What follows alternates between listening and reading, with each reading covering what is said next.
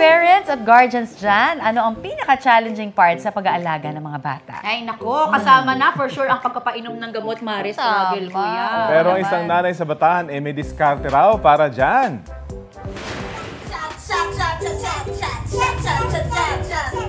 Yan, ang style ni Mami Bea para sa ubot sipon ng 2-year-old na si Bella. Ayaw raw kasi ng unika iha sa sapilitan, kaya idinaan na lang sa kwelang paraan. Very unusual man, effective naman ang water-stick na technique. Halos 3,000 views na ang video. Trending! Ayun, ang galing Ganun ni pala Mami. dapat, Sana lang wag maging pagtanda. pagtanda, matatanda Pero niya. gagawin Shot, ko yan, shot, shot.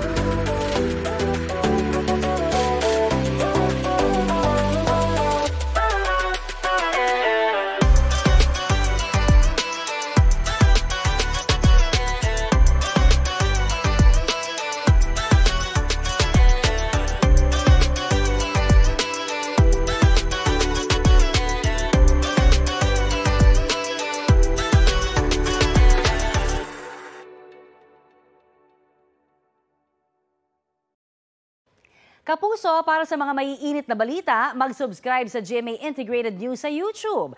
Sa mga kapuso naman abroad, subaybayan nyo kami sa GMA Pinoy TV at sa www.gmanews.tv.